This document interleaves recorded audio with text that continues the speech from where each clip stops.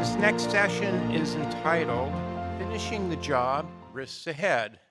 And before I begin, John Cochran, Mike Bordeaux, thanks so much for organizing this. And John, congratulations. So when we think about finishing the job, two observations come to mind. First, the Fed has not achieved its dual mandate. Inflation remains well above 2%, and the general price level, of course, is nearly 25% higher than it was pre-pandemic, which does have adverse impacts on American citizens. Second, to finish the job, the Fed needs to have a robust strategic framework that guides it toward the right monetary policy. The Fed's current strategic review provides a timely opportunity to correct some of the flaws in the 2020 plan, including it's real clarity and its objectives and restoring some much-needed symmetries. And I would add that while the Fed covets its discretion to help avoid future policy mistakes, I would love to see the Fed consider how to better make use of systematic rules like the Taylor rule as an input to its discretionary conduct of monetary policy. So we truly have an outstanding group of panelists who have a lot to say, and we'll get right into them. Due to a request, we're changing the order. So we'll start with Peter Ireland, he's a professor of economics at Boston College with a focus on monetary policy, and he's my colleague on the Shadow Open Market Committee. Kristin Forbes is basically the all-everything professor of management and economics at MIT Sloan School, and a significant earlier contributor with critical roles as a policymaker. And Jim Bullard is the dean of the Daniels School of Daniels Business School at Purdue University and former president of the Federal Reserve Bank of St. Louis. And I note that Jim is also the newest member of the Shadow Open Market Committee. And then Jason Furman, economics professor at Harvard, and was chair of the Council of Economic Advisors under President Obama, and I would say continues to play a critical role in the policy debate about economic policies. So we'll start with Peter.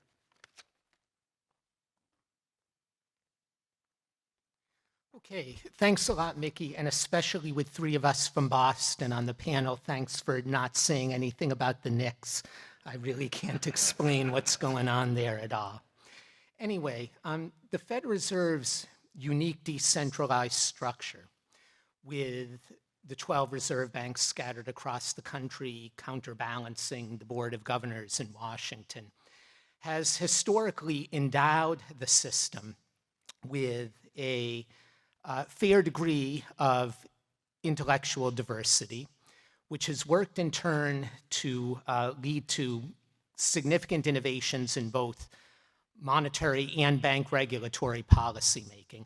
All of that is very nicely documented in a series of papers written by one of our hosts today, Mike Bordeaux, together with Ned Prescott from the Cleveland Fed, who's also here today. Recently, it seems, though, the Fed seems to have lost some of that intellectual diversity.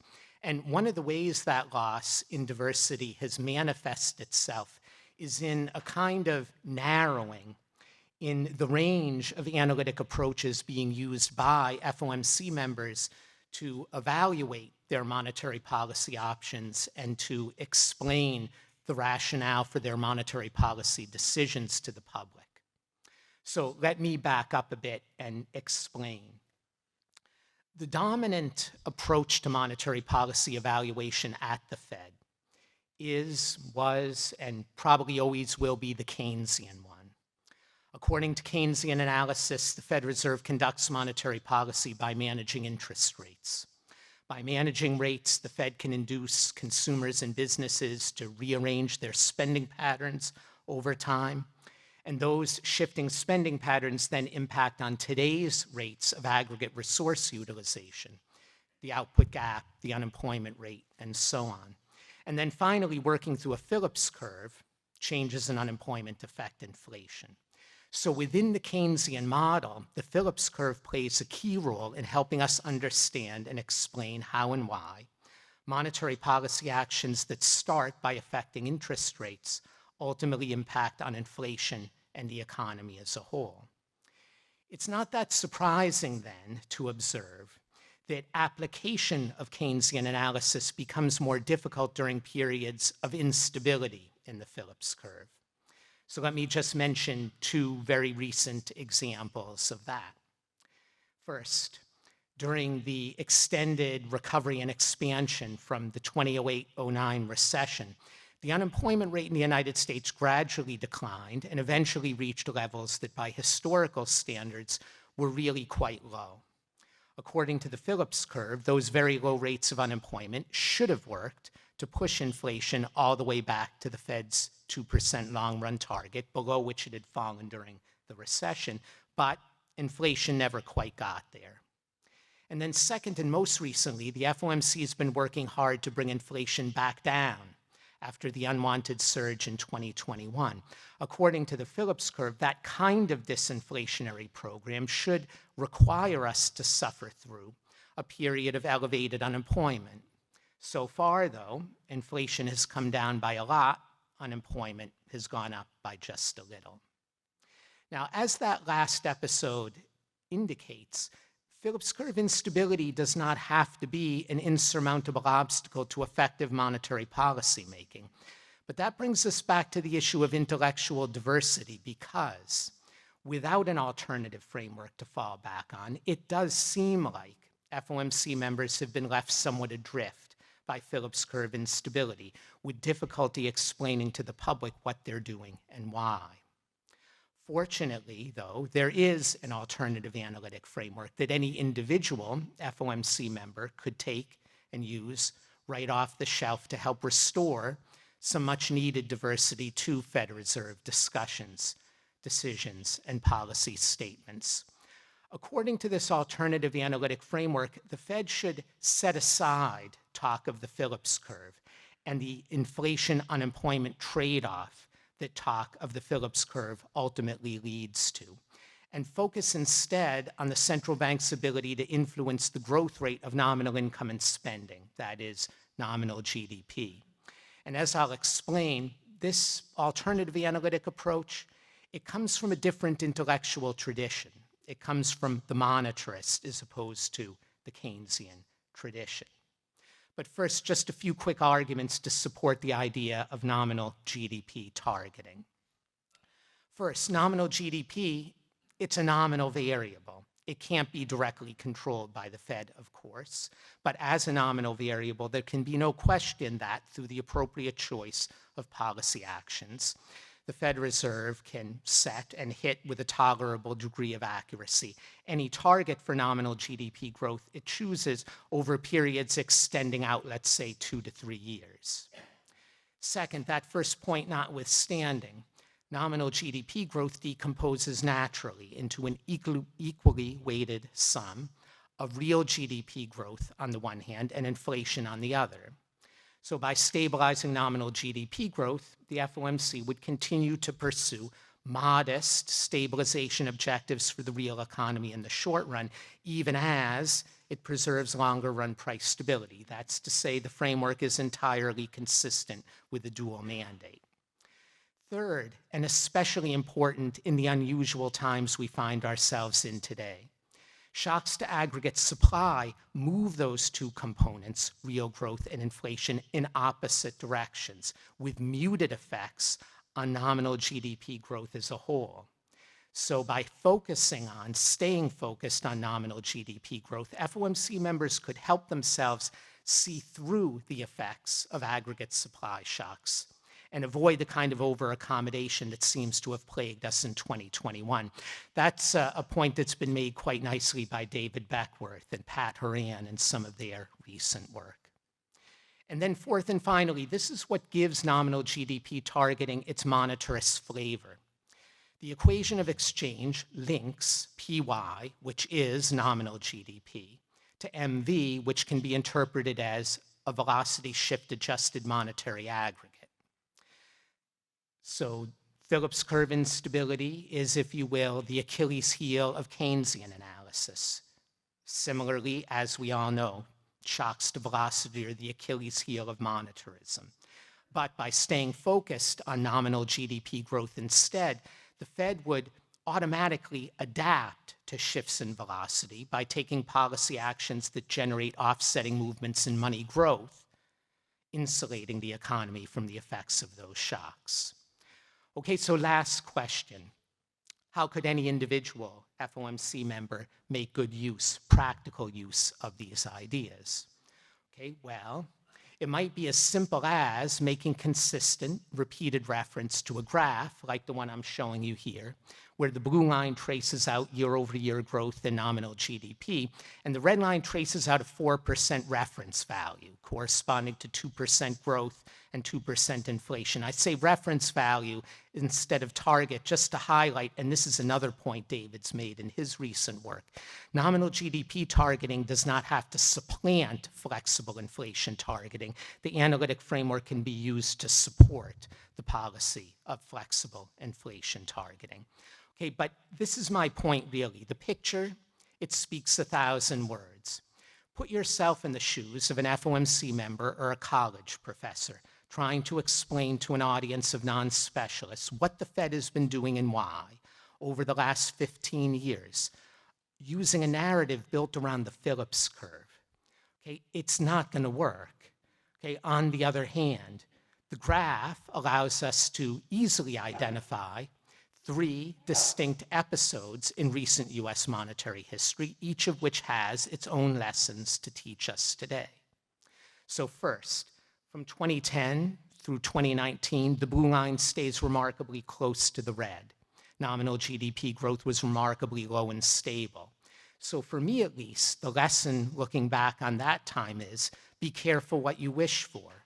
Back in those days, a lot of economists, myself included, spent a lot of time and energy agonizing about the so-called problem of 1.5% inflation. Okay, like, if only that were our biggest problem now.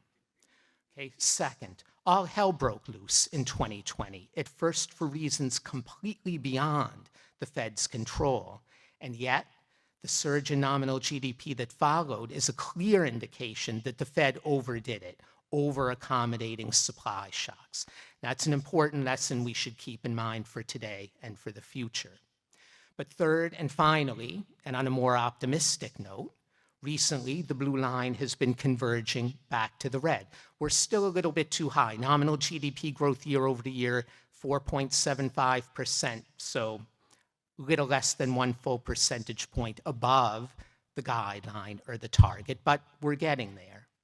So any individual FOMC member could use this graph to reassure the public that the policy actions taken since 2022 are working and have worked as intended to bring inflation back down to more tolerable levels while still allowing for stable, steady, real economic growth. In conclusion, intellectual diversity, it does not have to devolve into the warring tribes of macroeconomics, especially at times like we face today where uncertainty looms so large. It can really help to look at the economic picture from a couple different angles and to use the results from one line of analysis as a cross-check against those from another. It so happens, with reference to my graph, I think Federal Reserve policy is pretty much on track right now. If I were a committee member, I wouldn't be pounding the table for big changes in either direction. On the other hand, I think FOMC members would have a much easier time explaining to the public and maybe even explaining to themselves what they're doing and why, if they would just set aside the Phillips curve and focus on nominal GDP instead. Thanks.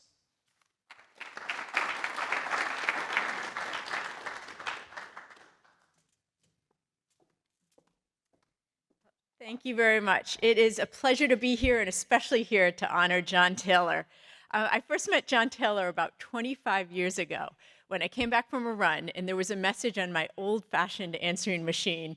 It said, "This is John Taylor from the Treasury Department. Call me back with a number." And I was this close to deleting it. And those were those old machines. Once you delete it, it's gone. Because I remember thinking, why would John Taylor call me? As a new professor at MIT. And it's sort of interesting looking back. It was, why would John Taylor of the Taylor Rule call me? Not Undersecretary of the Treasury. It was the Taylor Rule that made you so famous at the time. But then I did call you back, thinking that if this was a joke, it was really a bad joke, even by the standards of economics grad students. So maybe it was legit, and it was. And you tried to persuade me to come work for you at US Treasury. And I remember I said no to you multiple times, and that's when I learned how persuasive you could be and how you do not take no for an answer, something that served you well in government. You did keep improving the offer, and finally I accepted and came to work for you. And it completely changed my career path. After that, I still went back to academics, wrote papers, but really focused then on what matters for policy. You showed us how you can be an academic and affect the policy world in a good way. So thank you, John, for setting me on that path years ago. Thank you. So without a doubt, if you hadn't set me on that path to care more about the real world, I probably would not be here today thinking about fighting inflation after the pandemic and what lessons we've learned. So for my comments today, I'm going to draw on a big research project joint with John Grimha and Ihan Koz at the World Bank, and in particular, a paper we just wrote for the NBR Macro Annual, thanks to Valerie Ramey. So lots of technical details there, but I'm just going to go through some of the highlights here. So let's start with what we all know. Inflation spiked in 2021, 2022, 2023. Hit 7.7% on average for advanced economies, highest since the 1980s.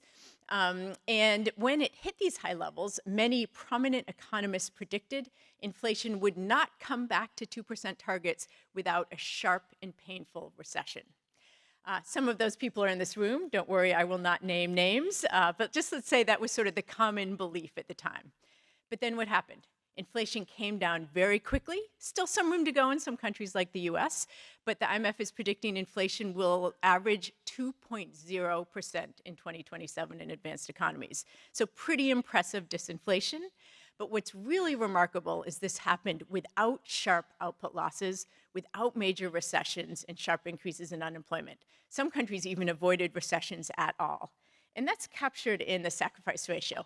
Nice summary measure looks at total or aggregated output losses relative to the unit of inflation reduction. This is during tightening phases for advanced economies. And you just see how remarkable the post-pandemic disinflation was. Inflation came down very sharply with minimal output losses. We haven't seen an episode like that since 1970, at least, when our data begins. So you look at charts like this and you might say this was an unqualified success. You see my central bankers at events like Sintra, Jackson Hole were sort of congratulating each other. You did it without the pain that was widely predicted. But for my comments today, I want to raise some cautions. This was successful disinflation by some measures, but there were also some pretty big costs and risks. Some didn't play out, but following this strategy for the next increase in inflation would be risky, and I would not recommend it. So in particular, I'm going to draw 3 lessons from this disinflation period for the next fight against inflation, which may be starting sooner rather than later in the US. I'll go through them quickly, and then I'll expand on them in more detail. My first point will be that we need to think about success using a broader measure than just if inflation eventually gets to 2% with minimal output losses. We need to look at the path and what happens in the price level in between, a nice complement to Peter's comments. Second, we need to be wary of the strategy of starting to tighten policy late and then raising rates aggressively. That has some pretty substantial risks and costs. And my third point will be we need to put more weight on inflation anchoring and reinforcing central bank credibility. Worked last time, may not be as strong this time around. So before I go into those 3 points in more detail, 2 really big caveats. Some of my criticisms, I realize, are with the benefit of hindsight. It was a lot harder to make these decisions in real time. Fully appreciate that. And also that many aspects of the pandemic were different. We don't want to draw too many lessons from that. Hopefully we will not go through another experience like that again in any of our lifetimes or longer. But the lessons I'll focus on, I think, are lessons that persist across other inflation episodes, especially if there's an important supply side component. So bottom line, while the strategy to fight inflation largely worked last time, it did have some important costs and downsides, and we want to be careful following that strategy when inflation picks up again, maybe starting very soon. Okay, so let me go through the lessons in more detail. First, let's think about how we measure success during a disinflation strategy, if the strategy worked. And for this, I'm going to drill in more just on the US so we can really be specific, not look across a broader set of economies. This shows sacrifice ratios for the US during each of the historical tightening phases in the US since 1970 for core and headline PCE inflation. You see sacrifice ratio during the most recent disinflation was very low. I didn't forget to draw it on the graph. Even if you can't see it in this giant screen, it is there. The sacrifice ratio is 0.04 this time around based on headline PCE inflation. So why was this ratio so low? It's a ratio. There's two components. Let's look at the components. Start with the headline or the numerator, which is the total output losses. They were tiny during this recovery. And when you look at the denominator, the reduction in inflation, that was very large. So both of these parts of the ratio were actually at historic records relative to any tightening phase since 1970. So not surprisingly, you put a tiny, tiny number in a numerator, a big number in a denominator, the ratio is close to zero. So this really shows how remarkable this recovery was and why it's not surprising a lot of central bankers thought this was a very successful disinflation. Minimal output losses per large inflation reduction. But if you leave the halls of central bankers and conference rooms like this, as the people sort of making the food, driving you around, was this a successful disinflation? Most will say no. And we've seen that in the votes in a number of different countries where governments in office have lost power, and we've seen it in a lot of polls of consumer satisfaction. So people are not happy despite what looks like successful disinflation by these measures. Why not? What explains the disconnect? It is largely, not entirely, but largely because of what happened to prices in the adjustment. So this graph shows what happened to the PCE price level starting from 1 year before the first rate hike of different tightening phases in the US since 1980. The yellow line shows what would happen to prices if inflation was at 2% over this 4-year window, 1 year before the first rate hike to 3 years after. The red line shows what happened to prices this time around. The price level increased by about 17% over this fairly short window. That was very painful for people who were not expecting it and had become accustomed to inflation around 2% or lower over previous decades. Of course, central banks are not in the popularity business. Just because people didn't like this doesn't mean it wasn't the right policy. But there are reasons why central banks should care about such a large increase in the price level. It was so large, it has changed the price and wage setting process in ways that will persist even as inflation falls to 2%. We've seen it where consumers are now much more sensitive to prices. Even short-term changes in inflation now are going to affect inflation expectations more, even medium-term inflation expectations more. Companies now are much faster to adjust prices when input prices change. So there have been changes in the monetary policy transmission mechanism, and inflation expectations are probably not as well anchored. So even if inflation comes back to 2%, the big increase in the price level will likely persist. Second lesson, so a lesson from that is next time around when inflation hits, we probably should pay more attention to how you get inflation back to 2%. How much does inflation overshoot and for how long? That can affect the transmission mechanism going forward. Second lesson is we've already heard quite a bit about the response to the post-pandemic inflation by central banks was a slow start to raising interest rates. I hit a couple of different metrics of that, which I will skip because we already saw a lot of this yesterday with Taylor rules, where the Taylor rules clearly showed that central banks were slow to start tightening as economies recovered and inflation picked up. But then they raised rates very aggressively. So I know better than to show any other way of showing this than the Taylor rule, since we saw that yesterday. So let me just jump to what the lessons were of the strategy. Start late, start raising rates but then sprint, raise rates aggressively. Some might argue that worked pretty well, did get inflation down with minimal output loss. So in this research paper, we try to quantify the pros and cons of this strategy and really put some numbers on it so we can learn for next time. if this strategy made sense. So let's look at pros and cons of each component of this, or a couple components of the strategy. Start to raise rates late. That does have a couple big important benefits. It does mean you have more time to assess what the outlook is, especially in a period of high uncertainty. Assess if the recovery is ingrained before you start hiking. Also gives you time to avoid breaking past policy commitments. If you've committed to guidance, committed to asset purchase programs, you can exit gradually before raising. So really important benefits, which undoubtedly contributed to the slow start. But there are some pretty big costs. If you delay raising rates, prices go up more, inflation goes up more, price level goes up more, and you're going to get a bigger price level overshoot. And we quantify that, and that isn't the most important driver of high inflation, but it does add meaningfully to the increase in the price level. Also then, since the price level goes up more, you need more aggressive rate hikes to bring it back down.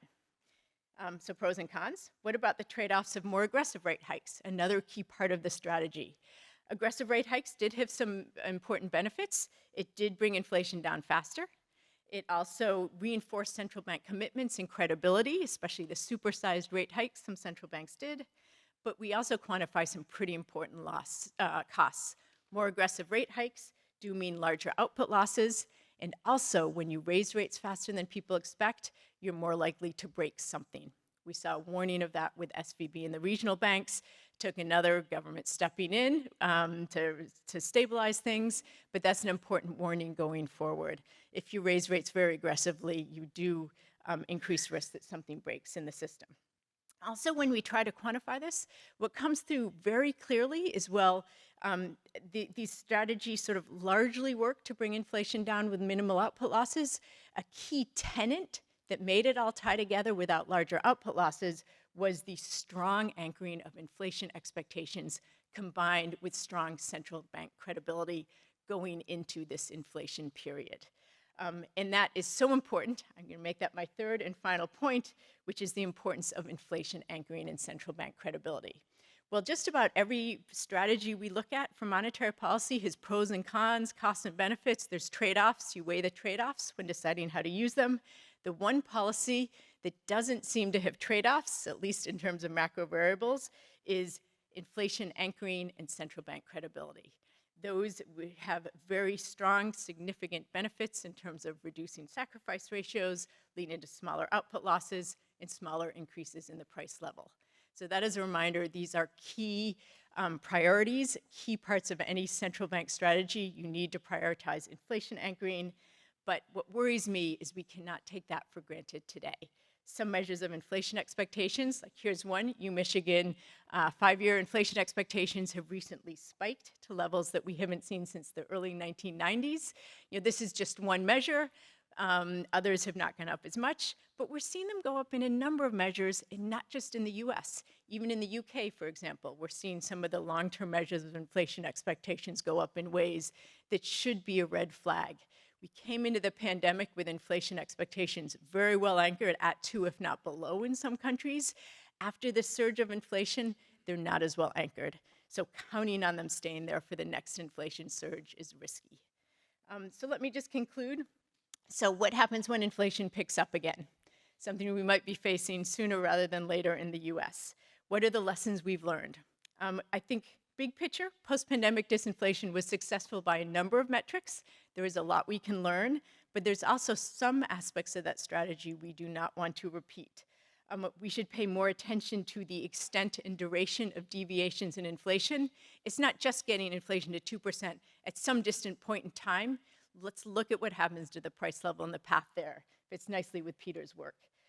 Second, central banks should try, if possible, to act preemptively.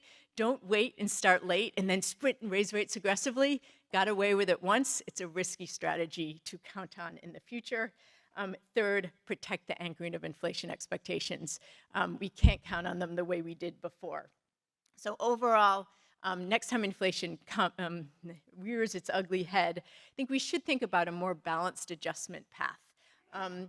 Here's a rough ratio we put together. It looks at the accumulated change in prices during tightening phases relative to the accumulated output losses. So it's basically a measure of when you have to make an adjustment, how much is through prices versus how much through output or activity. Sometimes it's pretty balanced, but what you see is how unusual it was during the most recent period. Basically, all of the adjustment happened through prices, nothing through activity. That's probably not a strategy you want to replicate again. So lots of interesting implications for the next increase in inflation, and particularly in the US in response to tariffs, but I will leave that for the panel discussion. Thank you.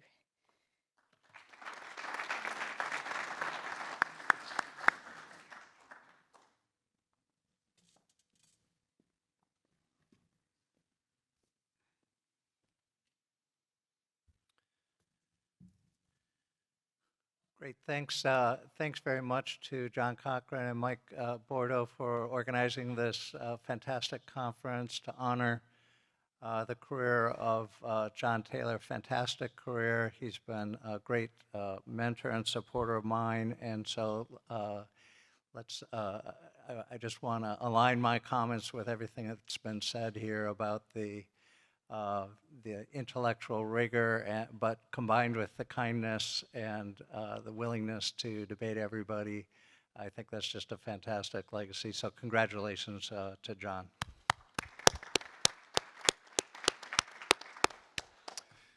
My comments are going to dovetail, especially with Peter Ireland's comments, and I'm going to this conference is a bit of a victory lap about all the great things that have been accomplished in the last 50 years by many people in this room in thinking about how to conduct monetary policy better and identifying the critical aspects. But all is not well in macro land, and I have three suggestions for what I think is going to have to happen going forward if we're going to continue to maintain the same kind of cohesion and relevance for policy that we've had in the last 25 years or so.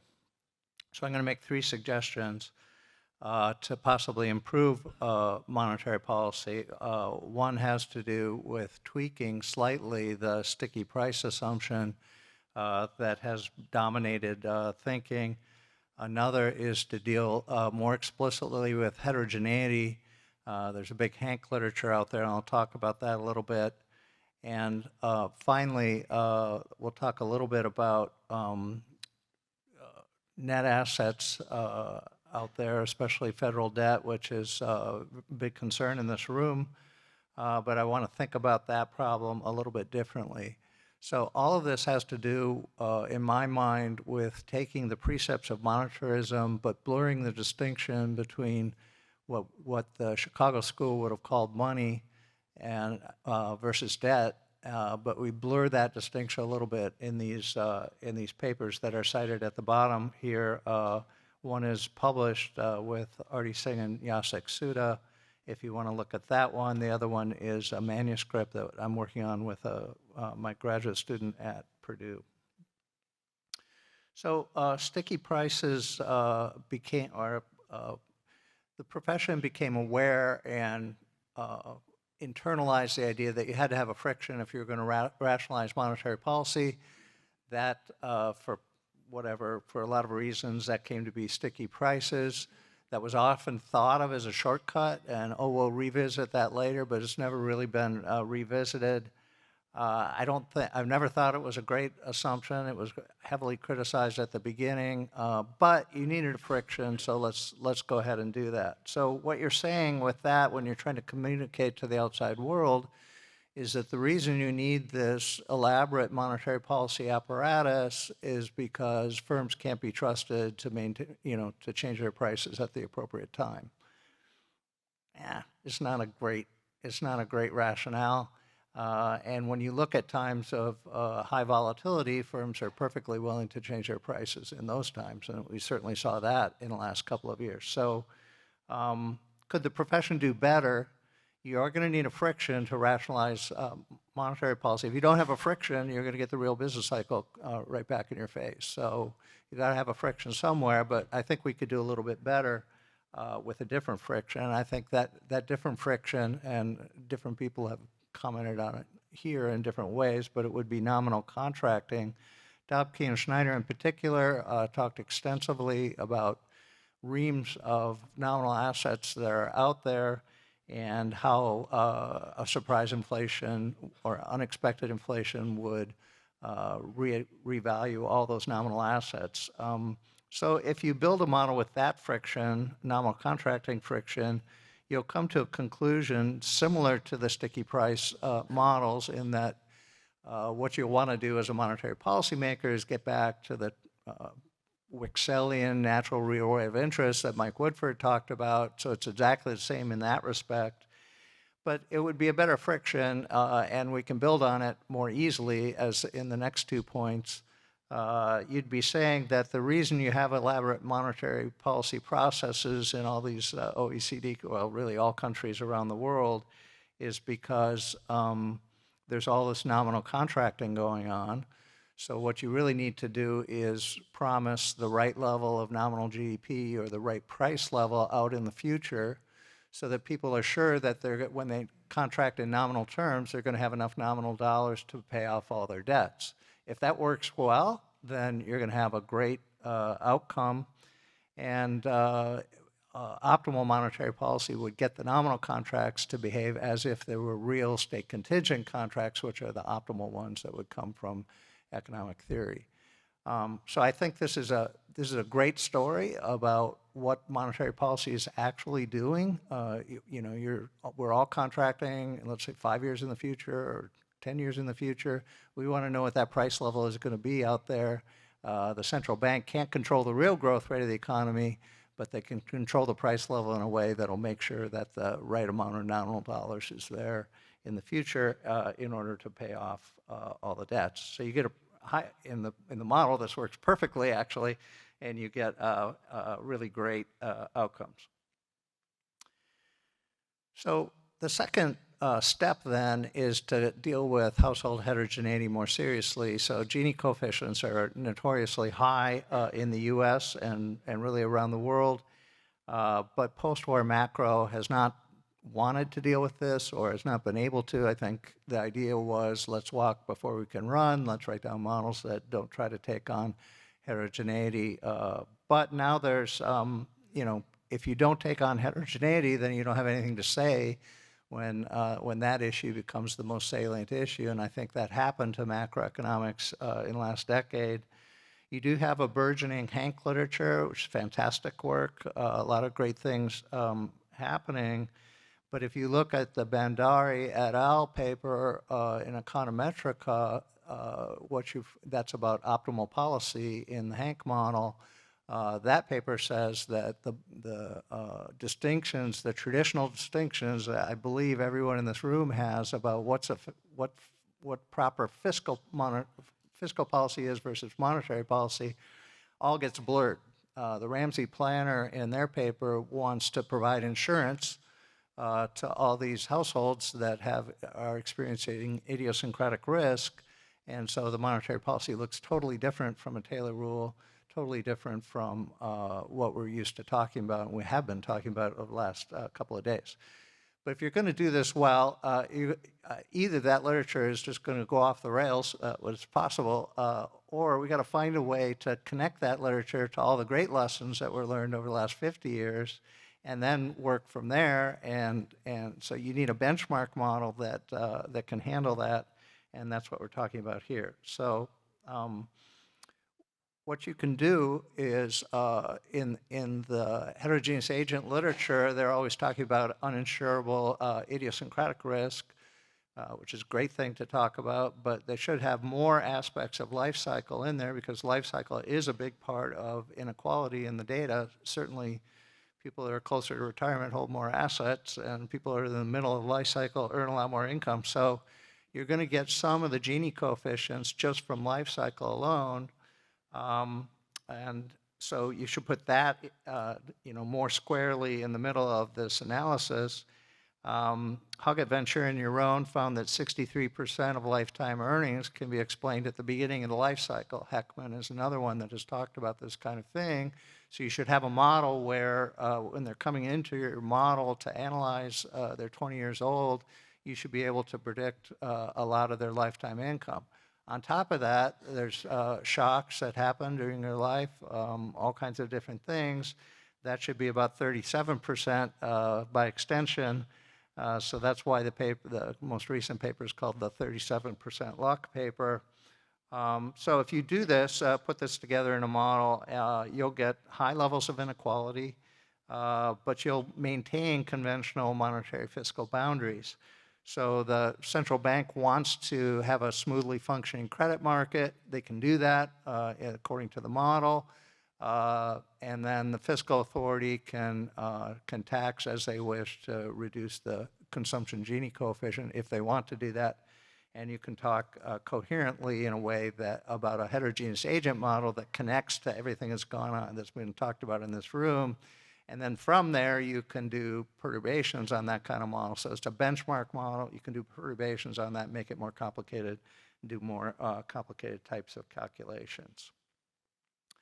So the third point would be to think differently about nominal assets that are out there. So you're going to have, in this kind of model, you're going to have a natural demand for nominal assets. Well, where's this natural demand coming from? It's because there's uneven income across the life cycle, and because of that, you want to use those types of agents want to use asset markets in order to smooth consumption over their life cycle. So they're going to have a certain amount of demand for nominal assets, and we're forcing all this to be in nominal terms because we have the Dobke-Schneider idea, and that should be fine. And then there'll be some luck experienced over the life cycle, and that will matter too for how many assets each individual agent wants to hold. So in the U.S. data, now these are net assets, so you've got to net out. So these are assets in positive net supply. You would think of that as being corporate debt that has a nominal claim to physical capital. You might also think of federal debt in positive net supply. But it's a little fuzzy exactly how to get this, but we should be working on that. That's 4.52 GDPs in the data, so I just want to impress upon you that that's a lot of dough, over 100 trillion. And so if you're moving the price level around erratically, yeah, well, that's going to have a huge effect on the economy. That's why this is a good model of what monetary policy is trying to do. But if you have notions of excessive or unsustainable levels of nominal assets, you have to ask yourself, well, how many nominal assets does this society want to hold? And what would be the normal amount of nominal assets that they're holding? And then is there too much out there, and is it net excess supply or not? And that would help us address issues about federal debt, I think, which have been hard to answer. And we've all been saying the sky is falling for 30 years. It's no wonder no one believes us after a while. So I think this might give a little bit different angle on how we should think about debt. So if you had a multi-country model, then just by extension, which I don't have, but I would like to build, so if there are enterprising graduate students here, let me know, that there could be demand for nominal assets coming from the other country based on its life cycle characteristics and its luck characteristics. And then one country or the other could be trading those assets around globally.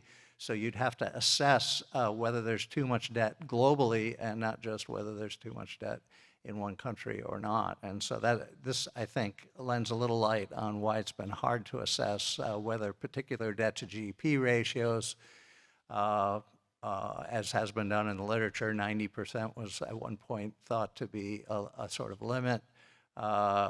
Is that really meaningful when you start thinking about things from this angle? So 3 suggestions then about what to do, just so you don't forget what they are.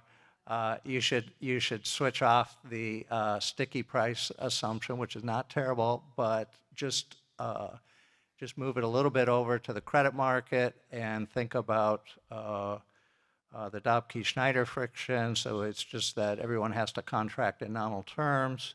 That's going to be okay in the end if you have a good monetary policy maker, because those nominal contracts will act just like real estate contingent contracts.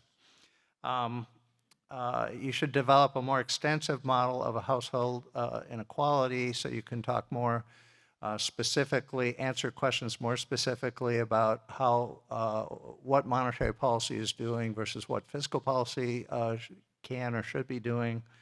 And then finally, this will give us a little bit different angle on assessing total nominal assets, net nominal assets in the economy, and whether there are too many of them or too few of them, and what we think would happen if there was too many. Okay, I'm going to stop there. Thanks for your attention. Thank you.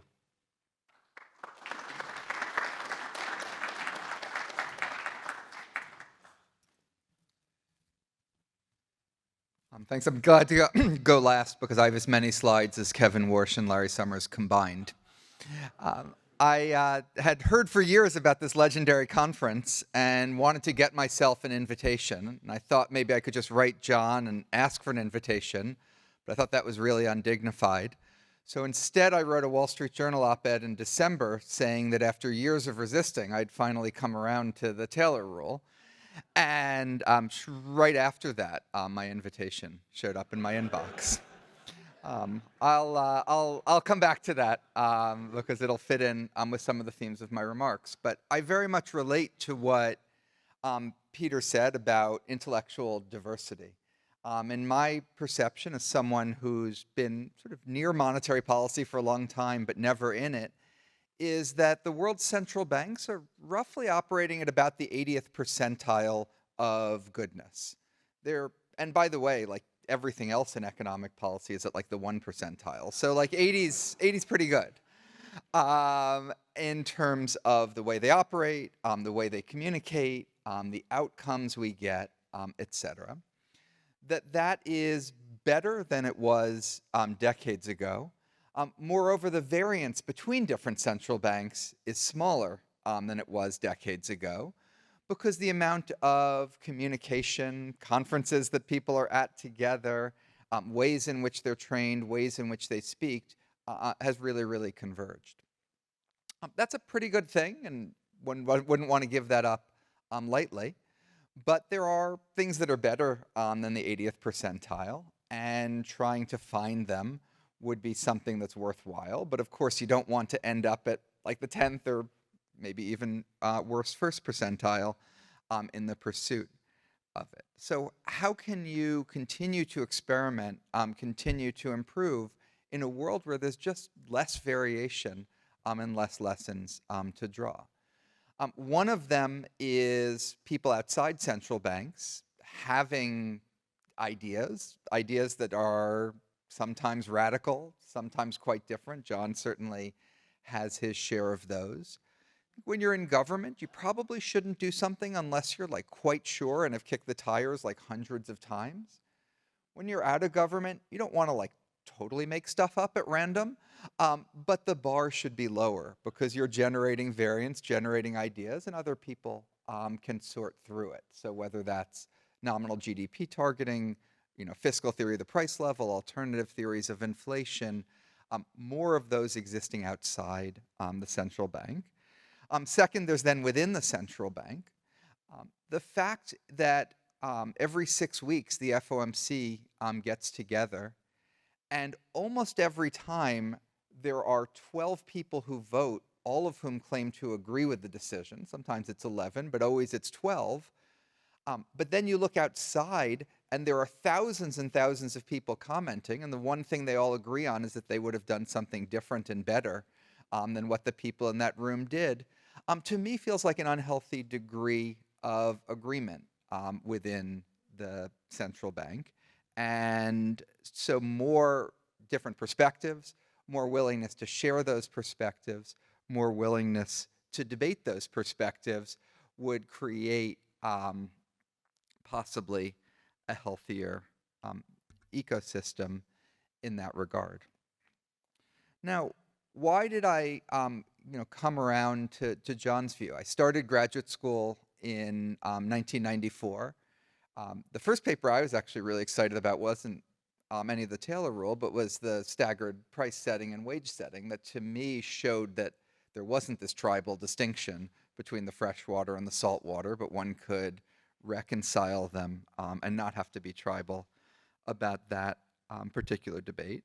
But if you were paying attention to the macroeconomy from, say, 1995 to 2019, the idea that Alan Greenspan, Ben Bernanke, and Janet Yellen were all collectively much, much smarter than any incredibly simple formula, that every time they used their judgment, they used it to the better, whether it was in the context of global financial crises in the late 1990s, the financial crisis here, or COVID, and that you should trust discretion. Well, within microeconomic research, there's been a number of big revolutions, but one of the most important ones is a shift towards pre-registration. And what pre-registration says is before you go out and collect any of your data, you say exactly what you're going to do and exactly how you're going to examine that data, exactly what regressions you're going to do, and then you report them. With pre-registration, you lose some creativity and flexibility that when you open up your data set, you can sort of run some things you weren't planning on. Some quirk or anomaly comes up, you realize it needs to be cleaned in some way. But you gain quite a lot in terms of not using all that creativity for the purpose of p-hacking and data mining yourself to whatever conclusion it was that you had wanted. And it's a tricky thing. It's not obvious, the ratio between how much you want to tie your hands to avoid data mining versus tie your hands and restrict your ability to be creative and interesting about what you find.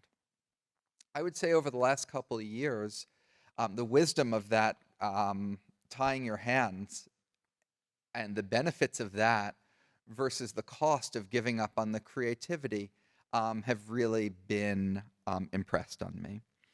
So just to give one very simple example of that is, what do you use to understand what underlying inflation is? You don't want to use headline inflation, it's noisy. You want to use some concept. Well, there's lots of concepts out there. You can use median, you can use market-based core, you can use trim mean, you can use whatever sort of vivisected, dissected subset of the inflation measure that you want. I went and tried to look at the predictive power of these different ones and ran it through some different tests. And it turned out all these different ways of slicing and dicing the data were actually relatively similar in terms of their predictive power. You could make an argument for one versus the other, but they were all much better than underlying inflation. And so you could decide each month you're going to go through and figure out based on that month's peculiarity which things you want to add and subtract from the inflation index. And one theorem in economics is if you take out everything that grows faster than average and leave everything in that grows slower than average, you're going to get a core measure that's lower than you otherwise would have. And you can do that every month, or you can just decide, what, I'm going to pick one of these, and it may not even be the perfect one, but if I just stick to it and repeat it and use it, month after month, I'm at least not going to let myself fall into that trap of being the person that, at first was saying that cars and housing, that cars needed to be excluded from the inflation measure and housing included, and then the next year reversed it and took housing out of the measures and put cars in. I'm not naming names here. I don't see the person in this room that did that.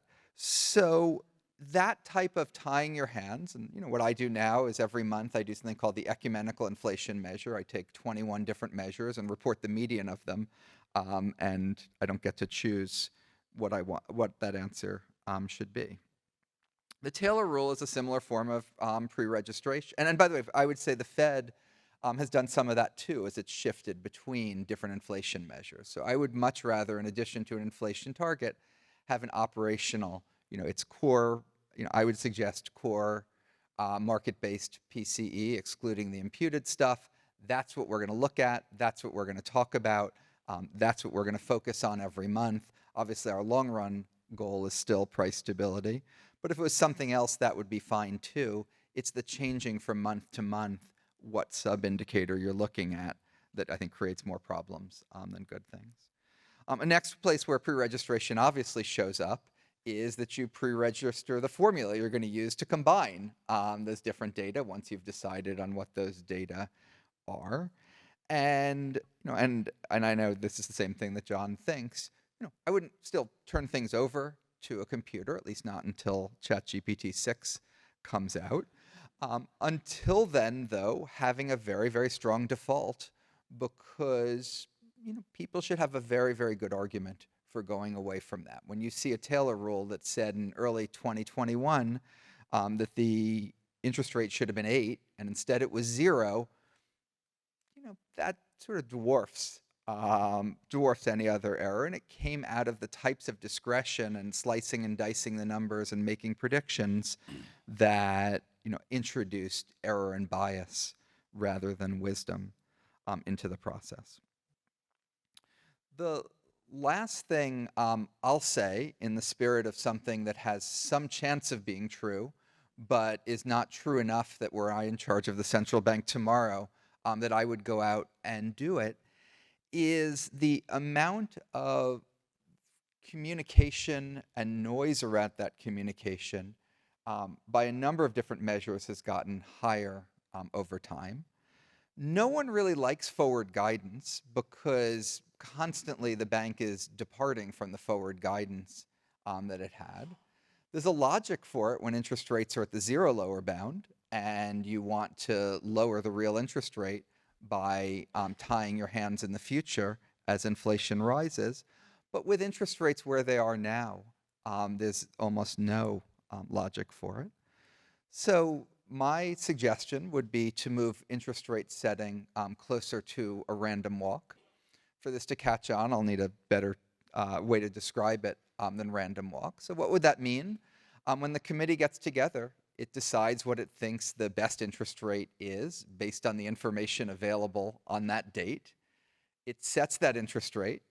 The minute after that meeting ends, the market expectation for interest rates at the next meeting are now a 50% chance that they'll go up and a 50% chance that they'll go down.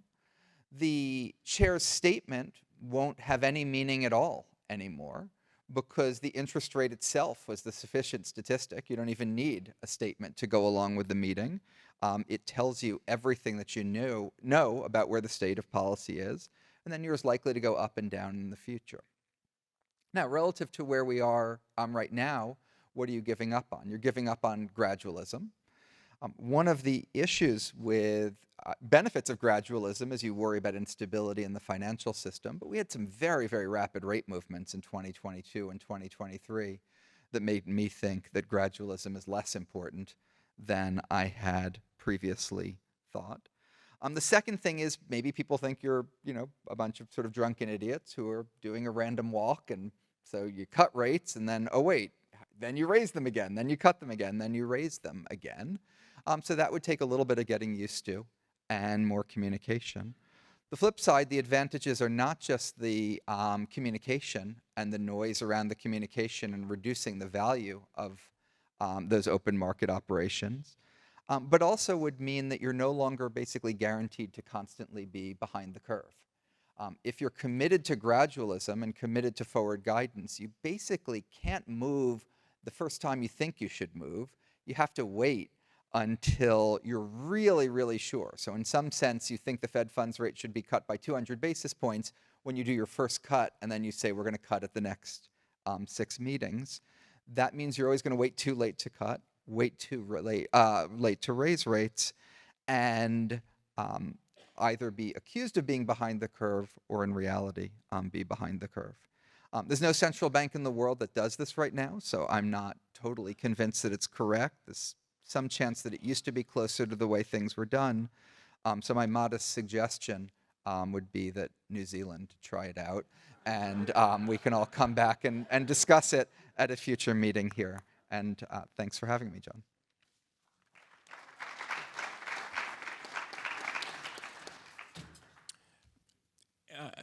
When I introduced this panel, I was remiss in not bringing up the issue of risks ahead. So before we take questions from the audience, you've all articulated your strategy for how to improve the future. What are the risks ahead I mean, does anything jump out at you now? And then we'll take, quickly questions from the audience. I can jump in. Is what I said in my comments is I'm worried that inflation expectations are not as well anchored as we have all come to believe and trust and count on. When the fact inflation went up to double digits in some advanced economies the last couple of years, and medium and long-term inflation expectations stayed pretty well anchored is really remarkable.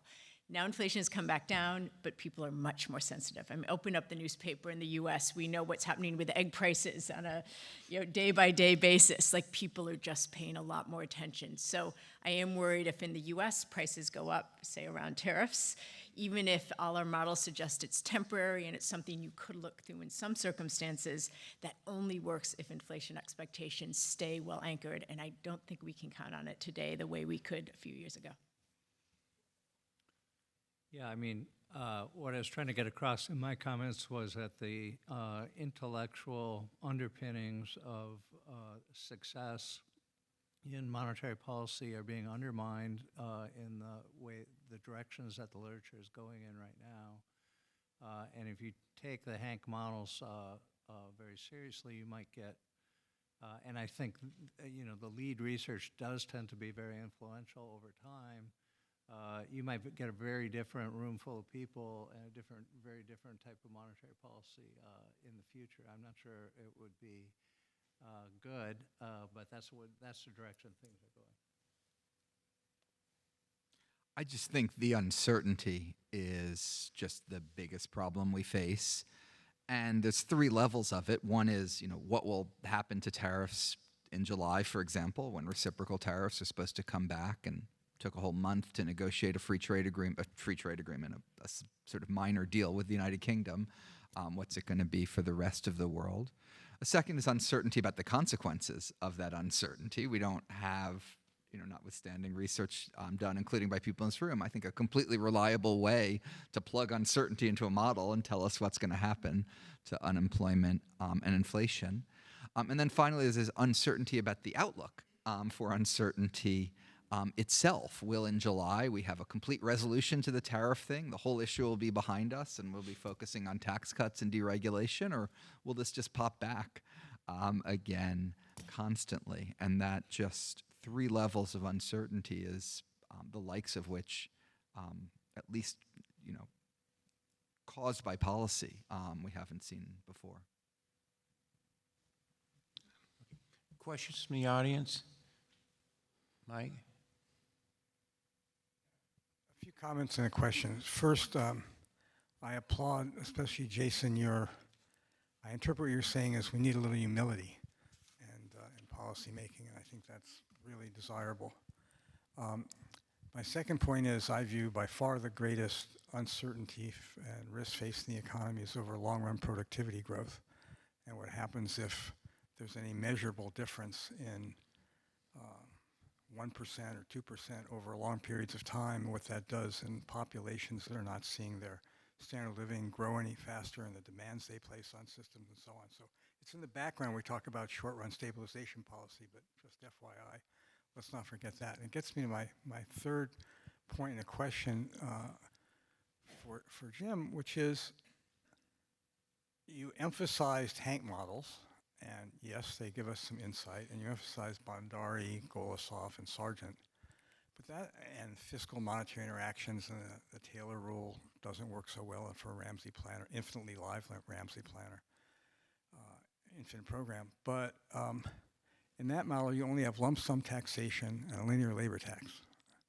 So, and so you're ensuring against states of the world with monetary policy, but we have very different fiscal instruments.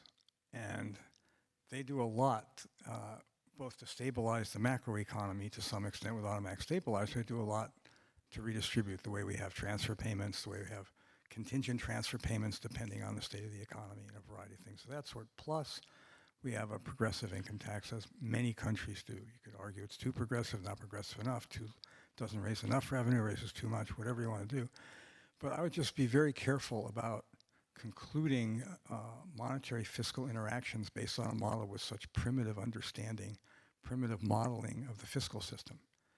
We know from decades of second best public finance literature, results can vary a lot depending on what you assume the instruments are and how they're fixed and how much they can vary. So I just urge a little bit more humility in jumping to having the Fed be paying a lot of attention to inequality issues. You know, we have an old theorem in economic planning that you need as many instruments as you have targets.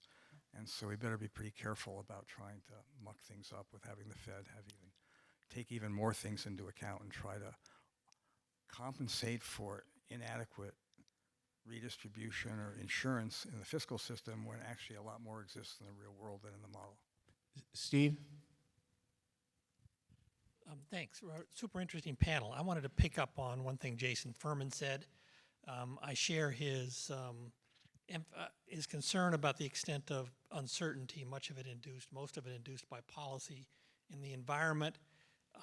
He rightly pointed out that, you know, our capacity to quantify that uncertainty is limited, and our understanding of how uncertainty actually works through the macroeconomy is also limited. There's many ways we can improve along those dimensions, but one that I've been involved in with folks at the Atlanta Fed and various other projects is to ask individual agents, influential ones, what they perceive about the environment they operate in and how it will affect their decision-making and their plans over the next 6 months. So there's the Survey of Business Uncertainty fielded by the Atlanta Fed is one systematic effort in this direction. The questions we fielded, the special questions we fielded in the April 2025 survey, and the results will be reported in a blog post next month, explicitly asked business executives, there's about 1,000 of them who responded in the survey across industries and states, whether policy uncertainty, and we didn't describe it as policy uncertainty, we described in the question uncertainty about tariffs, taxes, et cetera, 5 or 6 categories, whether that is influencing their plans over the next 6 months for investment and hiring, okay? So about 40% of them said the uncertainty that they face in the policy environment has caused them to scale back their hiring plans in the next 6 months, and about half of them said it's causing them to scale back their investment plans. There are a small percentage on the other side, by the way, that are increasing investment or hiring, but it's less than 5%. Those are big numbers. So then if they gave an answer, yes, it's causing us to scale back or increase, we followed up with a quantitative question so that we could get, and we're asking them to assess their own business outlook, not the macroeconomy, so that's a different object. But just the bottom line numbers are businesses themselves, business executives tell us that the uncertainty that's arisen in the past couple of months is leading them to cut their capital investment spending plans by about 16% over the next 6 months and to reduce their gross hiring by about 13% over the next 6 months. So those are non-trivial numbers. They're probably not enough by themselves to drive the economy into recession. One last point on this, we also asked them what are the most important sources of policy-related uncertainty for their own businesses, and you won't be surprised to find out that tariff policy is the overwhelming winner. Evan, did you? Yeah, and then Sebastian. So Evan Koenig, retired from the Dallas Fed.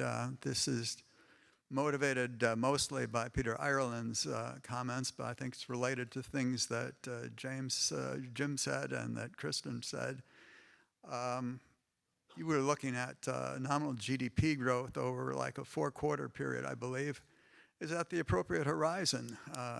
One reason we saw the huge increase in the price level was because initially, though nominal GDP growth fell in response to the pandemic, it then overshot and way overshot for an extended period of time.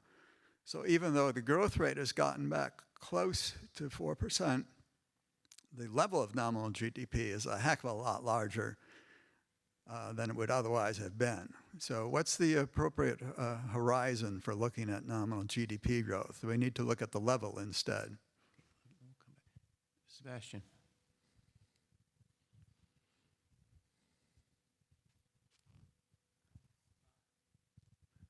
Thank you. Sebastian Edwards, great panel. I have a question, maybe two questions. Larry Cristiano yesterday brought me all the way back to my undergraduate years when he drew the ISLM curves. I learned macro. My first textbook was Martin Bailey, if you remember Martin, great economist from Chicago and in Maryland. Now, the LM curve, which Larry Cristiano was shifting around, is the synthesis of the supply for money and the demand for money.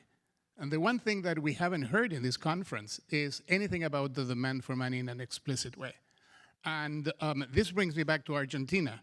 Maybe the demand for money is not that important anywhere in the world, but I can assure you that in Argentina, it is very important.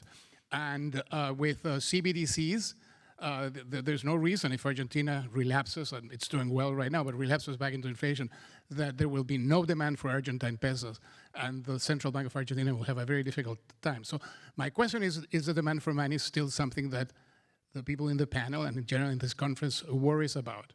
The second issue, we've talked a lot about history of thought here, and I really liked what Jim Bullard did, but I think that his nominal contracting, one can find back Don Patinkin, who is another name who has disappeared from our discussion, and he was at Chicago my first professor in monetary theory.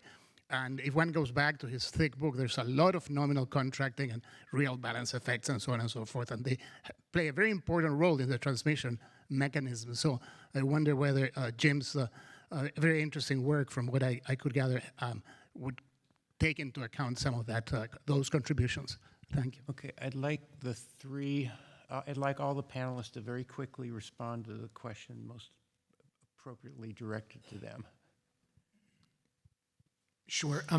Let me respond to you, Sebastian. So actually, in the paper I prepared for today's session, I dig one step deeper behind the trends in nominal GDP growth and look separately at M2 and velocity. I think one of the ways in which nominal GDP targeting can add intellectual diversity is just to sort of gently push some economists in that direction. Along those lines, let me just mention M2 growth, as it happens, has stabilized at about 4% per year. Velocity is more or less back to where it was in 2019. So again, using this as a cross-check, what that tells me is that monetary conditions are normalized and consistent with a return in inflation back to 2%. I'll just jump in on the comments on uncertainty and productivity growth based on my experience when I was at the Bank of England during Brexit. So this was a period we spent a lot of time thinking about what's the effect of uncertainty after the surprise Brexit vote. And initially we saw all the survey data collapse. We all knew uncertainty was bad, but it was very hard to know, back to Steve's comment, of what is the impact, how big will it be? And the initial reaction by many people was this will freeze business and freeze activity, and all the surveys suggested it would. So that caused the Bank of England to do a very aggressive easing in response to what we thought would be a collapse in output. But what we saw was actually how resilient firms were and consumers were. You know, maybe half the country wanted Brexit, but companies adjusted pretty quickly in the short run. So the impact of uncertainty actually wasn't big short run. Where it hit was longer term in terms of investment. You know, activity continued, companies figured out how to work around things, but they hesitated investment. And then that meant over time, productivity growth fell quite a bit. And now UK productivity growth is quite a bit lower. So I see that as really the biggest risk in a lot of ways. We've seen how resilient companies are over the last few years, handling the pandemic, handling sanctions. We've seen trade reroute around the world. Companies are resilient, but there will be less investment. And that is, in some ways, the biggest cost is then lower productivity growth longer term. Yeah, thanks. So thanks for the question. So I'm Michael Boskin. Public finance has dealt with all this. I totally agree, but you know, it does make sense that a Ramsey planner, if you had all this idiosyncratic risk out there, the planner probably is going to want to insure people against that risk if they can, and they might use monetary policy to do that. That's the message of the Bendari et al. Paper. It was very powerful in that paper. Surely it's not a very realistic setting. I agree with that. But my point is, write down a benchmark model that has the same heterogeneity that they have, and then get the separation that we all think is there about from monetary policy and fiscal policy. And why does that come about is because your monetary policy is influencing the real economy or the real interest rate for the whole economy. You got all kinds of people, rich and poor, young and old, that are using credit markets. So you don't want to distort that because that's affecting everybody in the economy. And then you want to use fiscal policy if you want to redistribute to the lower end of the income distribution. You use fiscal policy to do that. You want to have a model that says that, starts from that. That's your benchmark model. Then you go and do all kinds of things with heterogeneity from there. So that's a little bit of a twist on what the Hank literature, I think, is doing. What's the horizon, Evan Koenig, what's the horizon for nominal GDP? In the model I'm talking about, it'd be one period ahead, but by extension, it's at all horizons, all the way up to 30 years or farther if you want. So there'd be this whole path of nominal income that the central bank felt like they could realistically deliver on. And in the model, they deliver perfectly. But they, you say, well, given circumstances in the economy and what I think I can do with the price level, I think the nominal income will be 5% higher 2 years from now. Okay, if you say something like that, then everyone goes and contracts based on that, and then you make sure you deliver on that. That's perfect credibility, and then you get this really nice outcome that of optimal monetary policy. So horizons the answer is all the horizons, I guess. And on money demand, Sebastian Edwards, so there is money demand. Like I said, you're blurring the distinctions that would be very popular in this room about, there's something called money and then there's something called debt. But I would challenge you between 2010 and 2019, you seem to have a lot of pieces of paper out there that had an interest rate on them, but the interest rate was zero. So what was the difference between that stuff and the currency that you were carrying in your wallet? Not only that, you had negative nominal interest rates during this period. So if you think more in those terms, maybe it's not so bad to think about the money as being interest-bearing money. How much demand is there for that? And then you do your monetarist type calculations. That's been unpopular, but I think that's the direction things should go in, and the model I'm talking about goes in that direction. And on productivity, first of all, for our long-run well-being, obviously it's more important than anything else we've been talking about. In some ways, it does make me more worried about nominal GDP targeting when the variance of possible productivity outcomes over the next decade or two are much more different. Maybe there's some mechanism for adjusting what the reference target and the like is. And in the shorter run, it does raise some interesting questions. First of all, we're getting, I think, now more demand associated with the hope for future productivity than we are getting productivity. And even if we get the productivity, will it be like Alan Greenspan? Was it great that he figured it out sooner than anyone else? Or did he just get lucky? Should the next central banker try to do that? And I think the greater emphasis on rules over discretion would say don't try to be Alan Greenspan and readjust monetary policy based on a bet around productivity. I want to thank the panelists very much in the audience, and it's lunchtime.